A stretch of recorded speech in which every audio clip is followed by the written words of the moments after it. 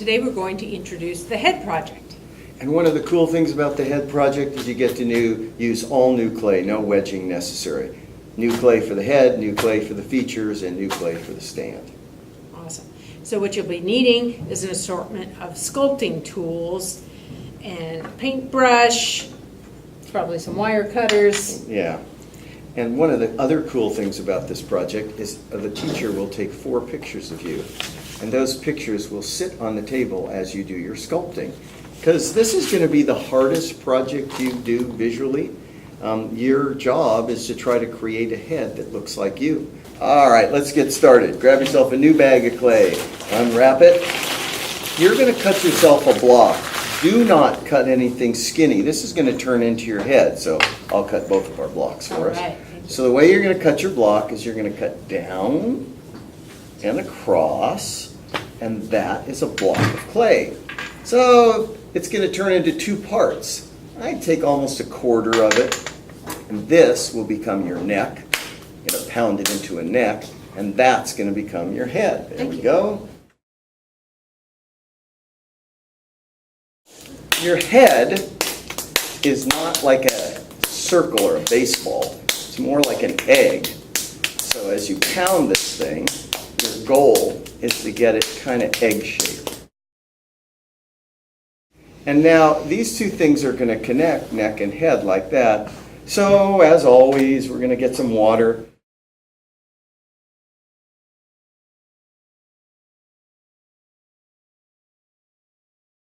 So squish that down.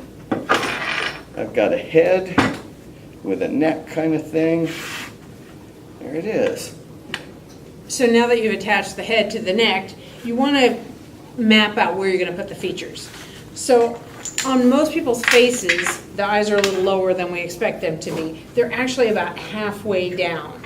So we want to kind of mark just lightly, we can erase this later, where those features are going to be. So why don't you show us? Yeah, and a wire tool is a really good tool to do that with. And if you put the wire tool sort of in the middle, and then you also put it down, you've given yourself a map for where your eyes are going to be. Eyes can be there, nose will be there, and mouth is going to be there. And you're going to have enough space for your forehead. So now we're going to press in the eyes. So right in the middle, there. You want a little more detail in it than just these little sunken spaces. So we can just take some of the clay off of the base here and make a couple little balls for the eyes, roll some real skinny coils to go around them.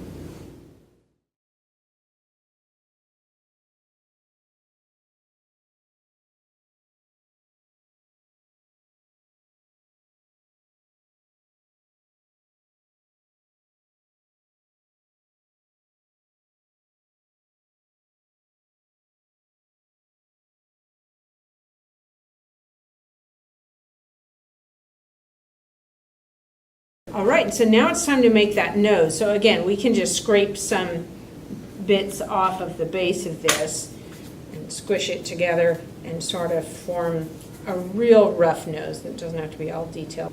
And then the good news is the nose goes in the same area that's what this line helps, kind of keeps your things in proportion. And squish that nose right there. All right, so one of the things you got to do while you're doing this is when you're looking at your face from one angle, you kind of get one thing, but you want to look at it from the side. That's also the reason that we have the picture, because the picture gives you from different angles. Make it easier for me, I'm going to go ahead and put it on a banding wheel. I'm going to look at my side view, and I'm going to go, oh, there's like this dent right here.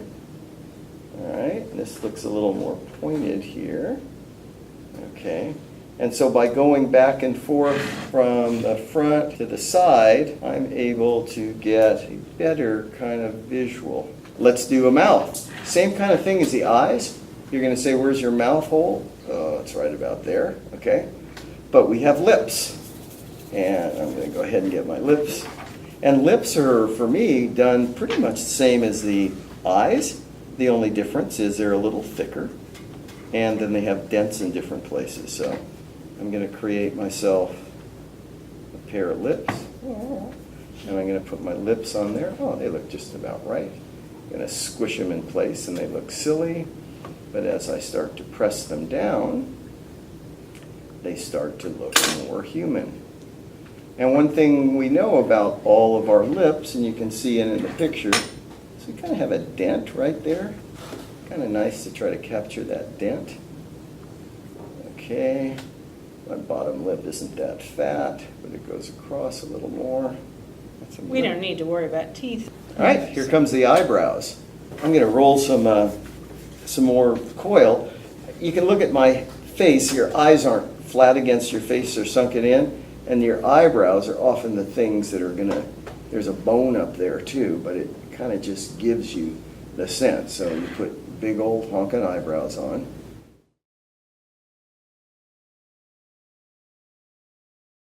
All right, we're going to put some ears on. Ears are going to take a little extra clay.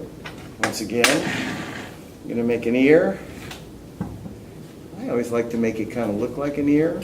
And the other thing with the ear that's important is realize where your ear is in relationship to your eye. They're a lot bigger than most people think. They actually go all the way up to about the line of your eyebrow and down to the bottom of your nose. Yeah. Okay. Eyebrow to nose, ear. All right. Ear number 1.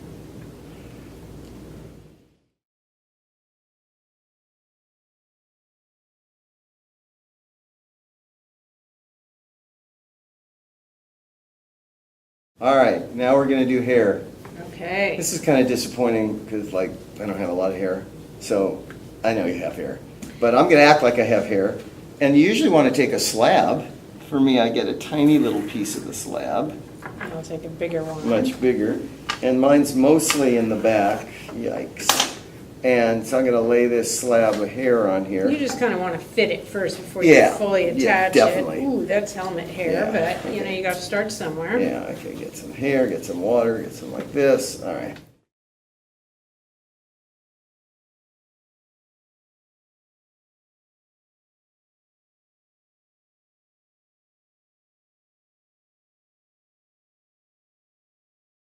Clearly, neither one of these look exactly like either one of us, and you're going to have the same experience.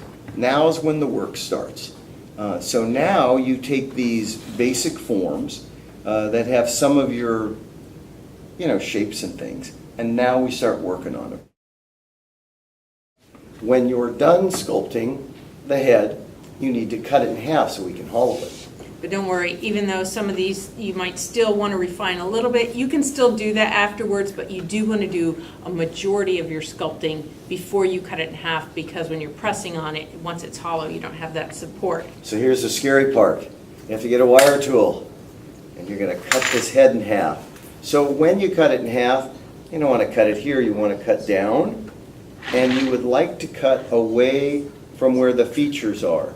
So I'm going to try to cut right behind my ears. I don't know if I'm going to cut my other ear in half. And then through the middle of the neck. And then you're going to cut all the way down and cut forward. All right. And then the front of the head will pop off. To get the back off, sometimes it's stuck. Also, sometimes best to just cut it off. All right. So we have a back of the head and the front of the head. And that's a solid amount of clay, and so what we need to do is hollow it. And hollowing it is simply taking trimming tools and starting to cut out all that extra clay. When you're done hollowing it, you'd like to have all of the walls around a ½ inch, and as you hollow, you're going to find, I can get most of it with the big trimming tool, but as you get closer in, you might say, well, maybe I should use the smaller trimming tool.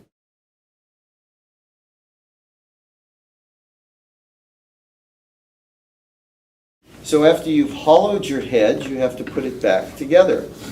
And guess what? It's just like any two pieces of clay when you join them together.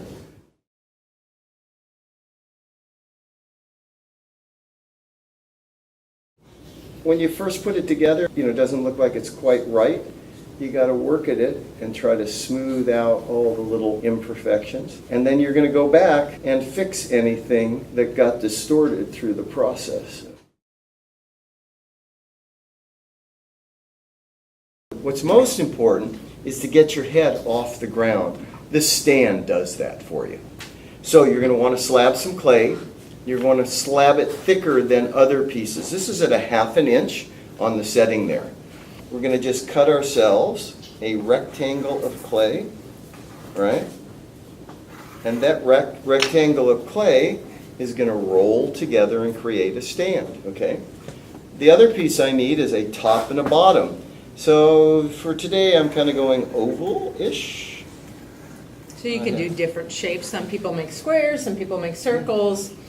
As long as you have a basic stand to put your head on some kind of pedestal. One of the things we noticed is I did a lot of squares in the past, and when you go to the kiln or you bump into things, you break them. So round makes it a little more solid, but once again, whatever shape you want. Depending on how dry your clay is, this is going to have an effect on it, because if you just put this slab that's in it's really soft clay, it's going to slump. So sometimes you need to let it set up a little bit before you actually attach it.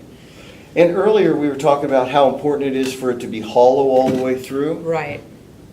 You got to have a hole in the bottom. That hole goes all the way to the head, okay? Otherwise it'll explode. Otherwise it'll explode. Every time you put anything in the kiln that has an air pocket in it, that heats up faster than the clay around it and explodes. So I'm going to go ahead and cut a hole in my base, and I'm going to put it on my project board. All right.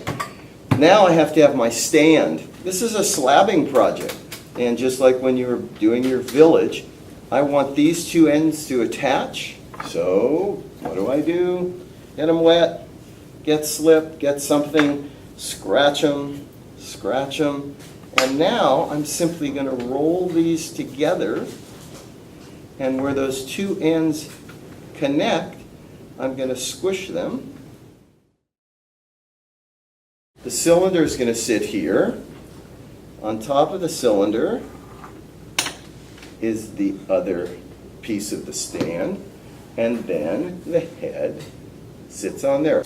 It's good while you're making these to just double check that you've got your pieces cut to the right sizes before you start attaching them, because sometimes they don't match up quite the way you want to. And this is our basic cylinder shape that you can be doing, but if you feel like I'm really wanting to do something different, then knock yourself out. At this point, when I want to attach it, I'm going to get those surfaces wet.